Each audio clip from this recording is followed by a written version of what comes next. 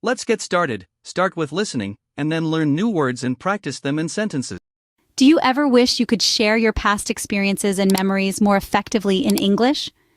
Imagine how satisfying it would feel to weave tales of your past with ease and precision, engaging your listeners with the richness of your life's journey.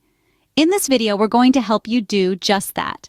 We'll explore the magic of past simple and past continuous tenses and discover how phrases and time expressions can bring your stories to life. If your answer is yes, then this video is perfect for you. The past tense in English is not only about grammar, it's about sharing your life, your experiences, and your memories. Diving into the depths of language, we find that past tense is a key player in English. It's the linguistic tool that allows us to journey back in time, to recount our adventures, to share our tales of triumph and trial. It's the brush we use to paint vivid pictures of our past and the thread that weaves our narratives together. Think about it. When you say, "I climbed a mountain," you're not just talking about a physical act. You're inviting your listeners to envision the struggles and victories that came with that climb. You're sharing a piece of your world, a slice of your history. That's the power of past tense. It transforms simple statements into stories, mundane moments, into memories. It's the key to unlocking your past and sharing it with others. By mastering the past tense, you can share your story in a more engaging and meaningful way. The past simple is your key tool when talking about completed actions in the past. Let's start with the structure. In English, the past simple for regular verbs is formed by adding ed to the base form of the verb. For example, walk becomes walked, talk becomes talked, and so forth. But then we have those pesky irregular verbs that refuse to play by the rules. They change form entirely, like go becomes went, eat transforms into ate, and see morphs into saw. Now let's talk about when to use the past simple. It's perfect for describing actions that happened at a specific time in the past. Picture it as a snapshot of a moment that has already happened and is completely finished. For instance, I visited Italy last summer. The action of visiting Italy is complete and it happened at a specific time in the past last summer. However, it's easy to stumble with the past simple, especially when it comes to those irregular verbs. It's not always intuitive to remember that go becomes went and not goed, right? The secret here is practice, practice, and more practice. The more you use these verbs, the more natural they will feel. Another common mistake is overusing the past simple when you should be using the past continuous. Remember, if you're describing an ongoing action in the past, that's when the past continuous steps in. For example, I was reading when the phone rang. But don't worry, we'll dive deeper into the past continuous in the next scene. One more thing to remember, when using the past simple, your sentence often needs a time reference. It could be something like yesterday, last year, in 2010 inches, and so on. This helps to set the action firmly in the past. So, to sum up, the past simple is all about completed actions at a specific time in the past. It's your best friend when you're sharing stories, recounting events, or simply reminiscing about good old times. Remember, the past simple is all about actions that started and finished in the past. The past continuous, on the other hand, is used to talk about ongoing actions in the past.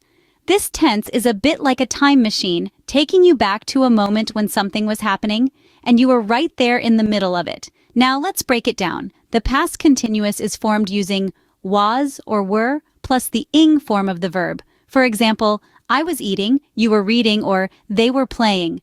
These sentences give us a vivid picture of ongoing actions that were happening at a specific time in the past.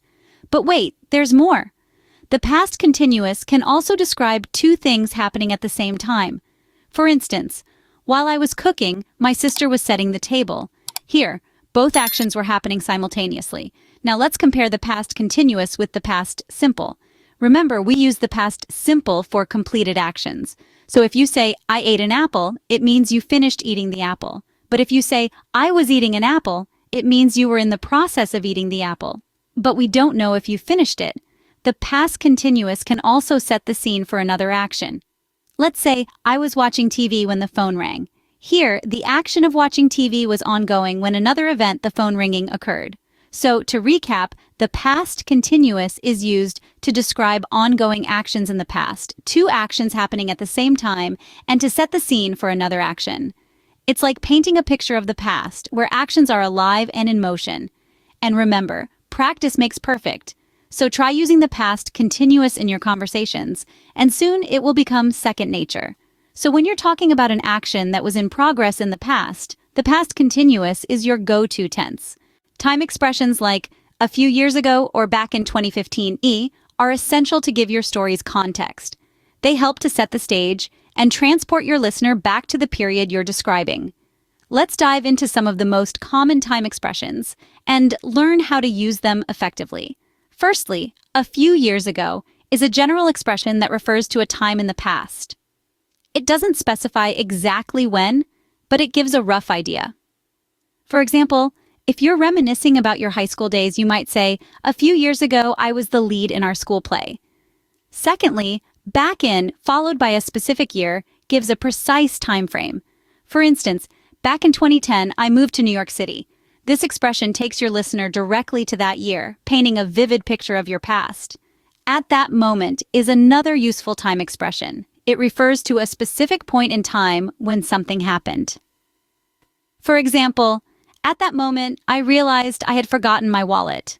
This phrase adds a sense of immediacy and drama to your narrative. Finally, when I was younger is a versatile phrase that can refer to any time in your past when you were less mature or experienced.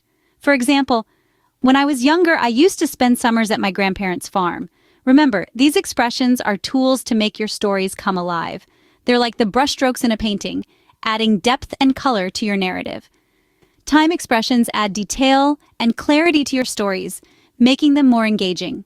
Let's quickly recap what we've learned today. We've embarked on a journey through the realm of English grammar, focusing specifically on the past simple and past continuous tenses. We've discovered how the past simple allows us to confidently describe completed actions or events in the past. Equally, the past continuous has shown us how to portray past events that were in progress or not yet completed. We've also delved into the importance of time expressions. Phrases like, "When I was younger, I remember the time when," and "a few years ago" are not just words. They are the keys to unlocking our past, enabling us to share our experiences and memories in a more vivid and engaging manner. Remember, language is an art, and like any art, it requires practice. So don't be shy about using these new tools in your everyday conversations. With these tools, you're now ready to share your memories and experiences in English in a more effective and engaging way. Thank you for watching. Let's learn new words and practice English at level B1. Memory, something you remember from the past. Example, my favorite memory is spending summers at my grandparents' house.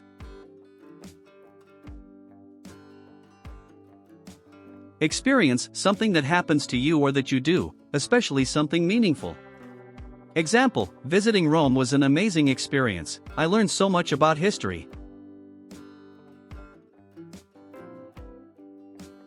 Childhood, the time when you were a child. Example, during my childhood, I loved playing outside with my friends. Event, a specific occasion or happening. Example, one important event in my life was graduating from university.